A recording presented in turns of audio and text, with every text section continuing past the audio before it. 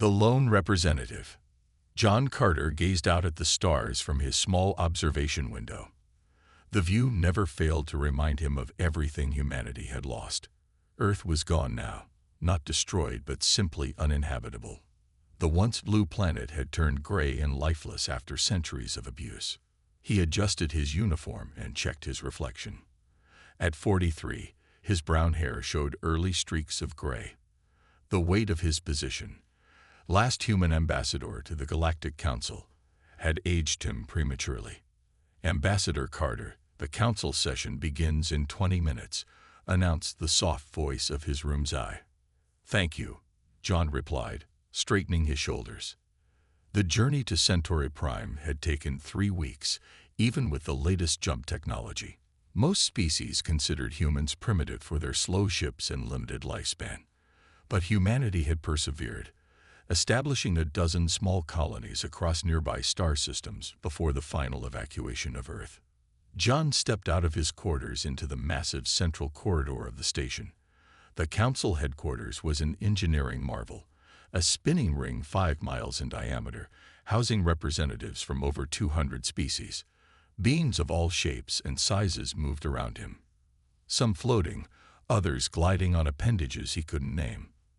"Ambassador Carter," called a musical voice. A tall, blue-skinned being approached him. Ambassador Kilori of the Luminar Confederacy had always been friendly to humans. "We missed you at yesterday's cultural exchange."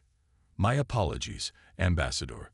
I was reviewing reports from our colonies," John said. "Ah, yes. How many human settlements remain now?" 11, John answered. "We lost contact with New Seattle last month." Kilori's large eyes blinked slowly.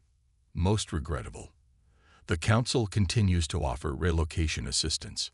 "Thank you, but humans prefer to manage our own affairs." John tried to keep the bitterness from his voice. The Council's assistance always came with strings attached.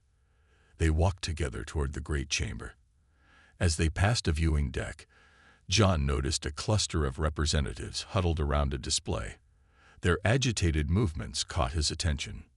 "What's happening there?" he asked. Kilori waved dismissively.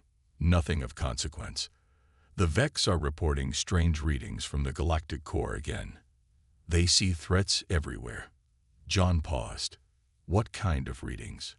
"Energy patterns, radiation anomalies.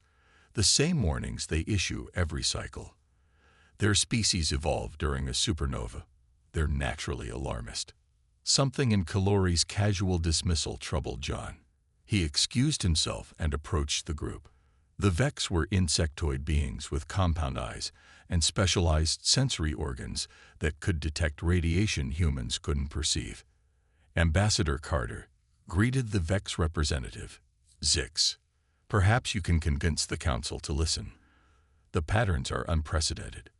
"Show me," John said. The display revealed a swirling map of the galaxy with a strange darkness spreading from the core, consuming light as it expanded outward. "What am I looking at?" John asked. "The end," Zix replied simply. "It's coming." Later, in the great chamber, John sat at his designated seat, one of the smallest in the vast amphitheater. The council chair, a massive gas-based entity contained in a hovering sphere, called the session to order.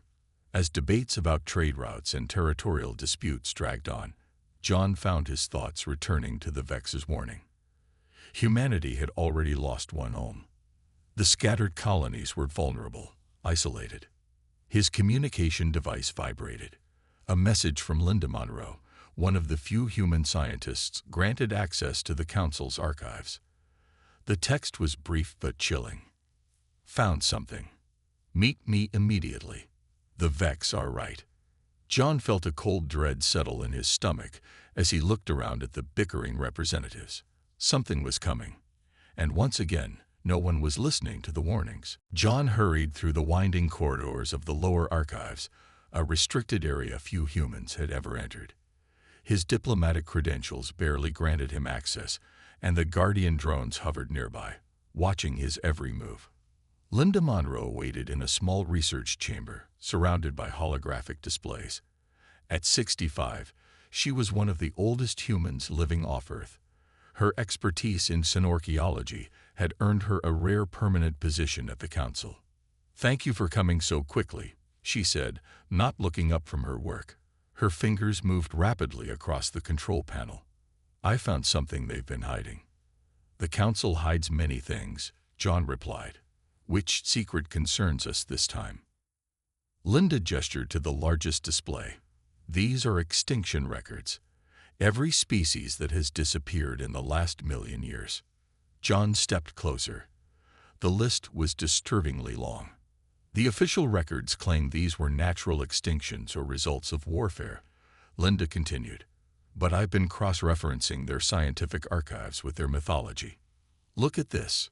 She pulled up ancient text alongside scientific data. The symbols were alien, but the translation revealed patterns of stars and energy readings. 3 separate civilizations, extinct for thousands of years, all left behind the same morning, Linda explained. They described darkness consuming stars, reality itself unraveling from the center outward. "Like what the Vex are reporting now," John said quietly. "Exactly. And here's the part that should terrify us." Linda displayed a star chart. "This shows the progression of these events as recorded by the Malcrians before they vanished. The pattern matches exactly what we're seeing now, just as the Vex described." John studied the data, his heart sinking. Why would the council hide this? Fear, helplessness, the same reasons humans ignored climate change until it was too late. Linda's voice was bitter. "Some believe acknowledging the threat makes it real." A soft alarm sounded from one of Linda's monitors. "It's happening again," she whispered. The display showed a real-time view of a distant star cluster. As they watched, stars began winking out one by one, leaving only darkness. "That's the Carina Nebula," John said in disbelief. "There were millions living there." "Gone now," Linda replied grimly. "The council will call it a sensor malfunction." John's communication device chimed with an urgent council summons. "They've noticed. I need to go." "Find allies," Linda urged. "Not everyone on the council is blind." The reptilian delegate, Kazara, she's been researching this too. When John arrived at the emergency session, chaos had already erupted. Representatives shouted over each other while the chair attempted to maintain order. "The Carina situation is under investigation," the chair announced. "There is no cause for alarm." John spotted Sarah sitting quietly in the corner, her scaled face unreadable. He made his way to her. "Ambassador Monroe found the extinction records," he whispered. Sarah's yellow eyes narrowed. "Then you know we have little time. My ancestors survived the last cycle by hiding in deep subterranean vaults. We have the knowledge, but not enough ships." "Humans have ships," John offered. "The council will never approve an evacuation based on what they call superstition," Zerber replied. John straightened up. "Then we act without their approval." He walked to the center of the chamber and requested to speak. The chair reluctantly acknowledged him. "Fellow representatives," John began, "humanity knows what it means to lose a homeworld. What we're witnessing isn't a malfunction. It's the beginning of an extinction event documented by civilizations long before us." Murmurs spread through the chamber. "This is human hysteria," called out a gaseous delegate. "Is it?" John challenged. "Then explain why the Malcrians, the Vex, and my own scientist have all identified the same pattern." As arguments erupted again, John looked to Xara, who gave him a small nod of approval. They had planted the seed. Now they needed to prepare, with or without the council's blessing. Outside the chamber windows, the stars continued to shine, oblivious to the darkness approaching from the galactic core. The anomalies multiplied faster than anyone predicted. Within 2 weeks, 3 more star systems had vanished completely. The council station buzzed with fear as delegates argued about causes and solutions. John stood before the emergency committee, his patience wearing thin. "We need to establish evacuation protocols immediately. The phenomenon is accelerating." "To where would we evacuate, Ambassador Carter?" asked the mollusk representative, its tentacles waving dismissively. If this threat is as all-consuming as you claim, where is safe? The intergalactic void, Axara answered before John could speak. The reptilian counselor displayed a chart on the main screen. The phenomenon spreads in a pattern. If we move perpendicular to its expansion, we buy time. Several representatives scoffed, but a small group nodded in agreement. Over the past days, John and Axara had gathered supporters. The insectoid Vex, the crystalline Quar, and 3 other species whose evolutionary history had made them more cautious.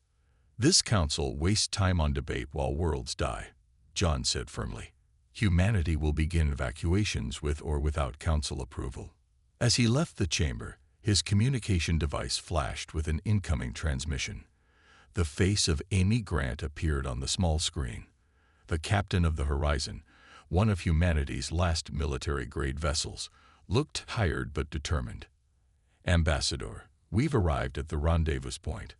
5 colony ships are with us, plus the mining fleet from Proxima B.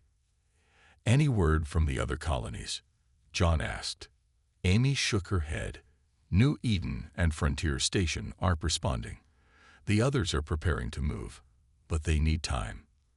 Time is the one thing we don't have, John replied grimly. Bring your fleet to the council station. We're forming a coalition with friendly species. When Amy's ships arrived 3 days later, the reality of the situation could no longer be denied.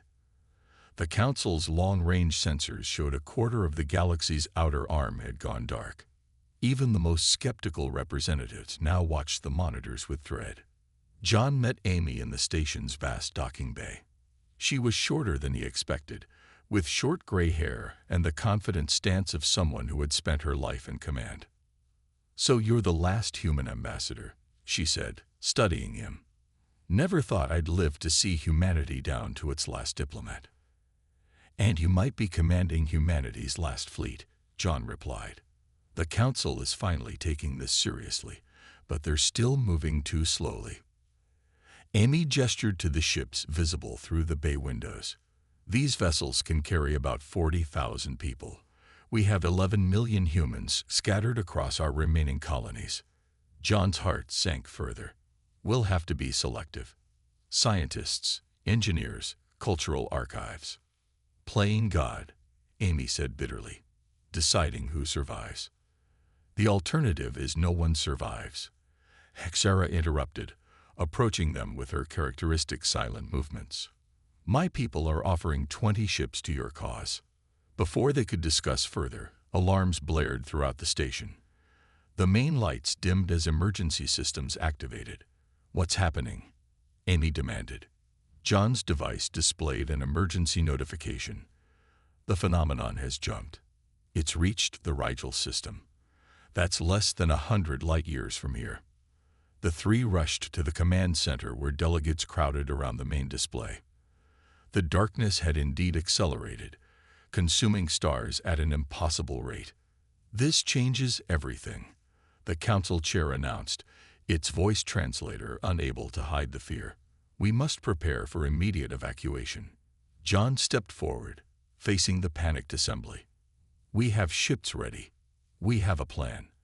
But we need to work together now. As the representatives turned to him, John realized the irony of his position. Humanity, the young species that had nearly destroyed itself, was now leading the galaxy's oldest civilizations in their desperate fight for survival. Outside, the stars continued to vanish, one by one. The Galactic Council, once the proud union of 200 species, shattered within days of the evacuation order. Ancient alliances crumbled as fear spread. Some species accused others of causing the catastrophe with forbidden weapons. Others retreated to their homeworlds, sealing borders and cutting communication. John watched from the command center as another delegation departed the station without coordinating their evacuation plans. The Algoran Confederacy has withdrawn from the coalition, reported a junior officer. They're taking their ships with them. That's the 3rd group today, Amy said, rubbing her tired eyes. At this rate, we'll lose half our evacuation capacity. HFY joined them, her scaled skin dull with exhaustion. My scouts report the darkness has changed direction. It's moving faster toward populated regions, almost as if it's hunting. John finished. The thought had been growing in his mind for days. The station shuddered suddenly. Power flickered throughout the command center. What was that? Annie demanded. Frank Williams, the human engineer who had volunteered to maintain the station's systems during the evacuation, rushed in. His hands were covered in burn marks, his face streaked with sweat. Main power coupling failed, he reported. I've rerouted through secondary systems, but they won't hold forever. How long do we have? John asked. A week, maybe less, Frank replied. This station wasn't designed to run on skeleton crew. Systems are failing faster than I can fix them. John nodded grimly. We need to accelerate the evacuation. Most of my ships are already at capacity, Amy said. We've lost contact with the Terrapin colony and New Montana. That's nearly 3 million humans unaccounted for. The truth hung heavy in the air. Most of humanity would not survive this exodus. Later that day, John met with the remaining council representatives. Less than 50 remained from the original 200. We have new data, announced the vexed scientist. The phenomenon is not simply destroying matter. It's rewriting reality at the quantum level. Images appeared on the main screen. Complex patterns of energy unlike anything John had seen before. It's communicating? Asked a delegate. Not exactly, the Vex replied. It's thinking. This pattern suggests consciousness, purpose. Murmurs of fear spread through the chamber. This changes our approach, John said firmly. If it's conscious, it might be reasoned with, or avoided. Hexara added, if it's conscious, it makes choices about where to go next. As the meeting continued, Frank pulled John aside. I need to stay behind, the engineer said quietly. That's not an option, John replied. Everyone evacuates. Frank shook his head. Someone needs to maintain life support during the final evacuation wave. The automated systems are failing.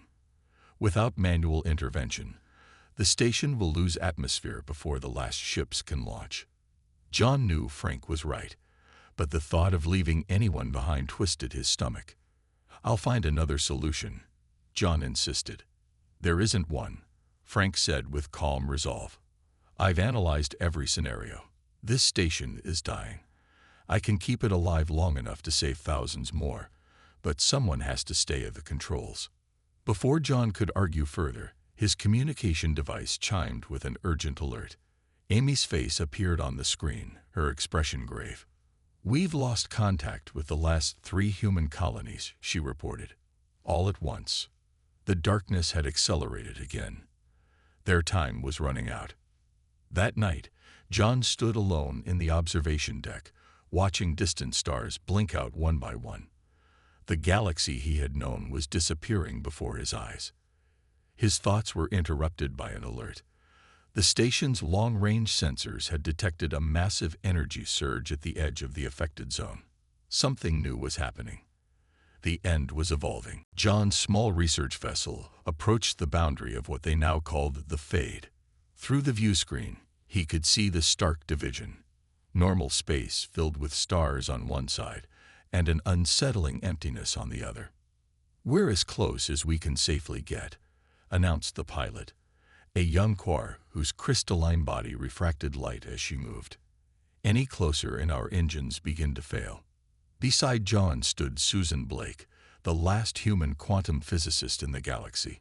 She had been stationed at a remote research outpost when the evacuation began and had arrived at the council station only yesterday. It's not what I expected, Susan said, studying her instruments. It's not just destroying matter. It's unmaking reality itself. John watched as she adjusted her equipment. Susan was brilliant but plain-spoken, with gray-streaked hair pulled back in a practical bun.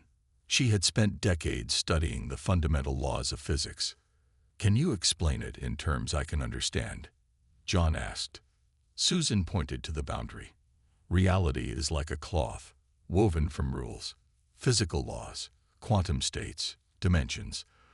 This thing is unraveling the cloth, thread by thread. Is it natural? Asked Axara, who had insisted on joining the expedition. No, Susan replied firmly. It's deliberate and organized. See these patterns. She displayed a series of waveforms on her screen. There's intention here. The vessel's sensors suddenly blared warnings as a small probe they had sent into the Fade transmitted its final data. This is incredible, Susan whispered, studying the incoming information. It's not the first time this has happened. What do you mean?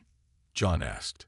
The universe has fingerprints, quantum echoes from previous existence. Our probe detected them in the Fade. Susan's voice grew excited despite the grim implications. This has happened before. Many times. A cycle, Sarah said softly. My ancestors spoke of such things in their oldest myths. Susan nodded. The universe erases itself and begins again, but not completely. Information survives, encoded into the fabric of the new reality. John felt a strange hope stirring.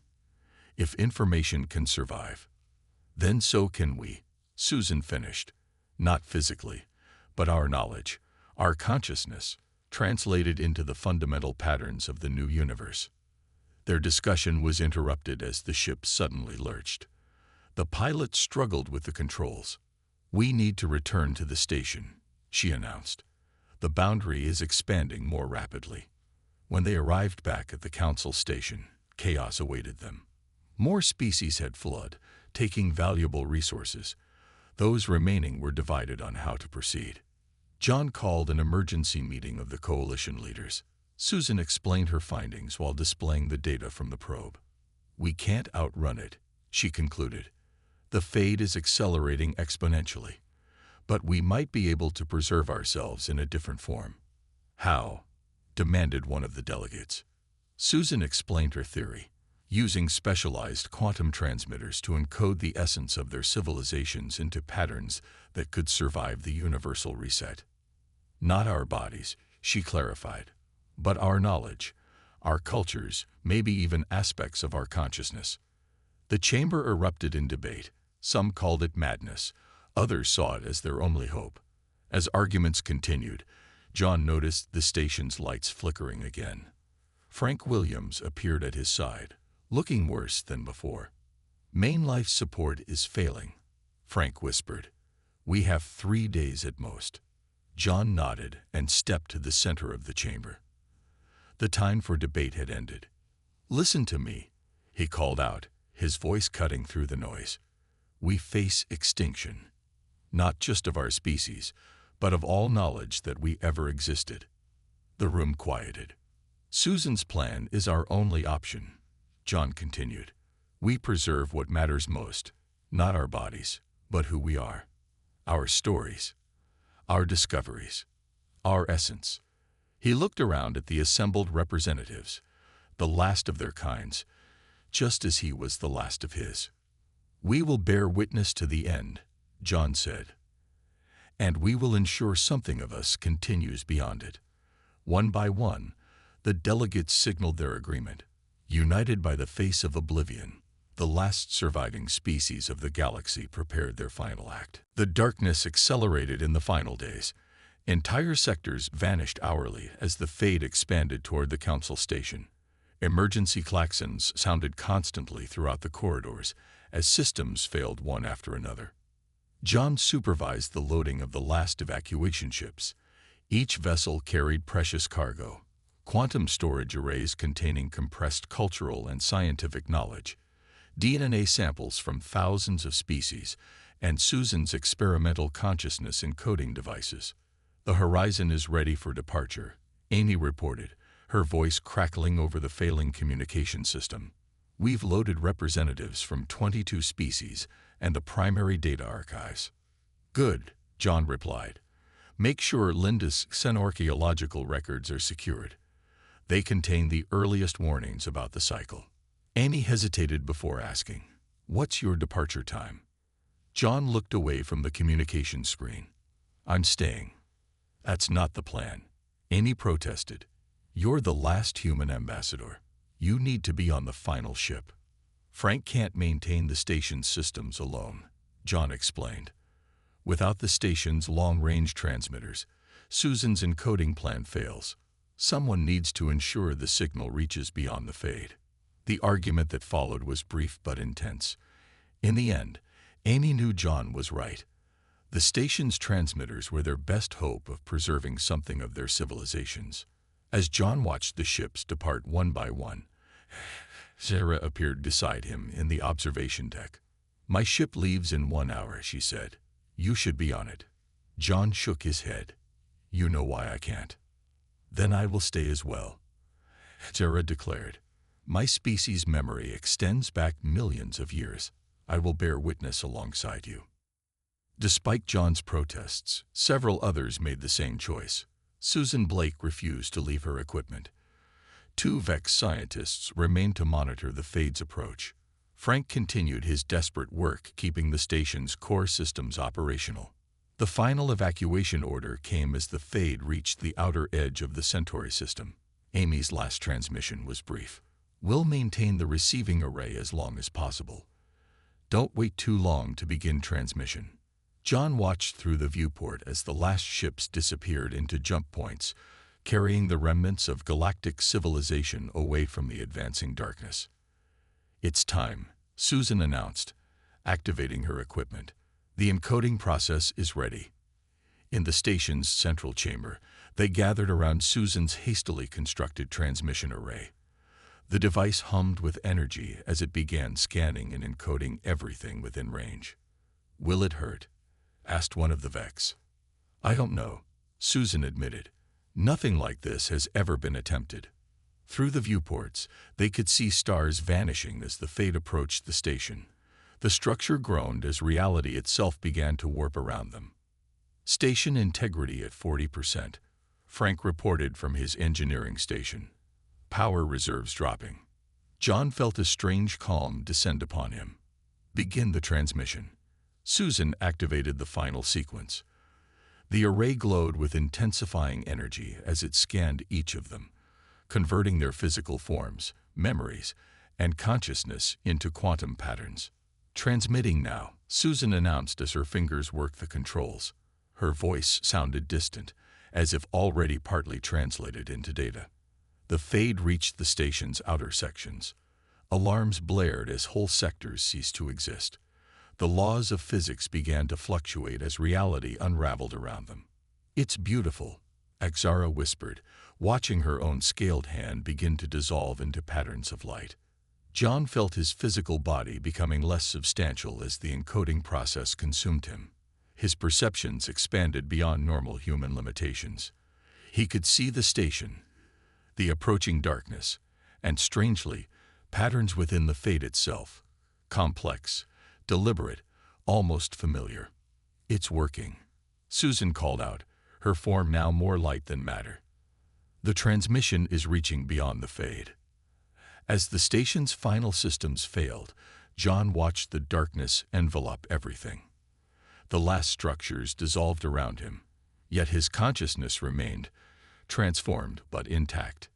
The last human ambassador witnessed the end of everything he had known, but somehow, impossibly, he remained aware to observe what would come next. John's consciousness drifted in what could not properly be called darkness. Darkness implied the absence of light, but this was the absence of everything. Space, time, matter, energy, all gone. Yet somehow he remained. His thoughts were no longer bound by neurons and electrical impulses. His awareness had become something else entirely, patterns preserved within the fundamental structure of whatever remained when reality itself unwound. John could not say how long he existed in this state. Time had no meaning here, but gradually he became aware of others. Shira, Susan, Frank, the Vex scientists. Their consciousness patterns intertwined with his own in this strange non-space. Together, they witnessed the impossible. First came a point of intense concentration, not light, but potential. The rules that had governed the previous universe reasserted themselves in new configurations. Information that had been encoded into the fade provided templates, seeds for what would follow. Matter coalesced from pure information. Energy flowed again. Dimensions unfurled like opening flowers. John perceived it all without eyes, understood it without a brain. The universe was remaking itself, and somehow their encoded patterns were influencing its reformation. Susan's theories had been correct. Information survived the reset. Their knowledge, memories, and perspectives had not been destroyed but transformed into fundamental aspects of the new reality. Where stars began to form, John recognized the influence of human mathematics. The chemical combinations followed patterns similar to Vex biological principles. The very fabric of space curved according to geometries Sarah's people had discovered eons ago. They had not merely witnessed the end, they had helped seed the beginning. As the first new galaxies took shape, John felt his consciousness spreading further, becoming more integrated with the fundamental forces. He was no longer merely John Carter, last human ambassador. He had become something both less and more, a pattern in the cosmic background, a whisper in the universal constants. He discovered he could focus his awareness, concentrating on specific regions of the emerging cosmos. In one spiral galaxy, remarkably similar to the Milky Way, he found familiar elements coming together. Carbon, oxygen, hydrogen, nitrogen, the building blocks of life as he had known it. John directed his attention there, his pattern resonating with the forming structures. He could not control what happened, but his presence influenced probabilities, nudged events in subtle ways. On a small blue planet in that galaxy, the first complex molecules appeared in warm, shallow seas. John watched over eons as they combined, divided, evolved. He sensed Sarah's pattern nearby, her ancient species knowledge of biology, guiding the emergence of the first primitive cells. Throughout the new universe, similar processes unfolded. The encoded knowledge of hundreds of extinct civilizations shaped the cosmic evolution, ensuring that what had been would, in some form, be again. John could not truly communicate with the others anymore. Their patterns had become too integrated with the fabric of reality, but he sensed their continued presence, their influence joining his own across the vastness of creation. As intelligent life eventually emerged on countless worlds, John observed how these new beings discovered scientific principles and philosophical concepts that echoed those of vanished civilizations. Nothing was identical, but the echoes were unmistakable. On the blue planet he had watched since its formation, beings remarkably like humans gazed up at their stars and wondered if they were alone. John's pattern resonated with their curiosity, their drive to explore. They would never know about the previous cycle, about the Galactic Council, about Earth and humanity's struggles. Yet in their mathematics, their arts, their most fundamental understanding of reality, they carried fragments of that lost knowledge. John Carter, the last human ambassador, had witnessed the end of everything. Now, dispersed across the cosmic background of a new universe, he would witness all beginnings. The cycle continued, but this time, unlike countless cycles before, it carried within it the conscious patterns of those who had faced the end with courage and foresight. Nothing truly ended. Everything transformed. As eons passed in the new universe, John's consciousness gradually evolved. Once spread thin across cosmic background radiation, his pattern began to concentrate, drawn toward the blue planet he had watched since its formation. The beings of this world had developed remarkably like humans, though with subtle differences. They built civilizations, created art, studied science, and eventually reached for the stars. Their first interstellar ships reminded John of humanity's early attempts, clumsy but bold. On one such vessel, something extraordinary happened. A young engineer named Alan Powell worked late into the night, struggling with quantum communication equations. As he stared at his calculations, a pattern formed in his mind, a pattern that wasn't entirely his own. John's consciousness, drawn by the familiar mathematics, had found a point of connection. The barrier between observer and observed thinned. For a brief moment, Alan perceived fragments of memories not his own. Earth's blue oceans, the Galactic Council station, the approaching fade. The connection faded quickly, but the impression remained. Alan modified his equations based on this sudden insight, creating a breakthrough in communication technology that would eventually enable contact with other civilizations. Similar events occurred across the galaxy. On worlds where life had evolved along different paths, scientists, artists, and philosophers occasionally glimpsed fragments of the previous cycle. Zara's pattern influenced reptilian species.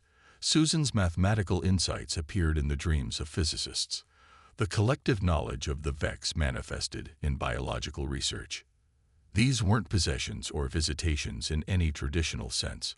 Rather, the encoded patterns of the previous universe's final witnesses had become embedded in the quantum fabric of the new reality, occasionally resonating with minds open to receiving them. As this new cycle of civilizations advanced, they began to encounter one another. Unlike the previous cycle, where first contacts had often led to conflict, these meetings were frequently marked by strange recognition, as if the species had somehow known of each other before. The first galactic assembly formed much earlier than in the previous cycle. Representatives gathered on a neutral station orbiting a central star. The architecture, though created by beings who had never seen the original, bore remarkable similarities to the ancient Galactic Council chamber. John's consciousness focused on this gathering with particular intensity. Here were the inheritors of everything that had been preserved, not just knowledge and culture, but the capacity for cooperation that had come too late in the previous cycle. During the assembly's opening ceremony, a human delegate named Elena Martinez addressed the gathered representatives. As she spoke about unity and shared purpose, John's pattern resonated strongly with her words. Elena paused mid-speech, overcome by a sudden sense of connection to something vast and ancient. For a heartbeat, she glimpsed the end of a previous reality and the beginning of her own. She saw John Carter witnessing the final moments of the old universe and understood that she stood in a place that echoed with ghosts of what had been before. The moment passed, but its impact remained. Elena finished her address with tears in her eyes, speaking with newfound conviction about their shared destiny among the stars. Later, as the assembly established its founding principles, they included a commitment to study the deep history of the universe, not just through conventional science, but by investigating the strange patterns that occasionally surfaced in art, mathematics, and consciousness itself. They named their organization the Continuity Council, unaware of how perfectly the name reflected its true nature.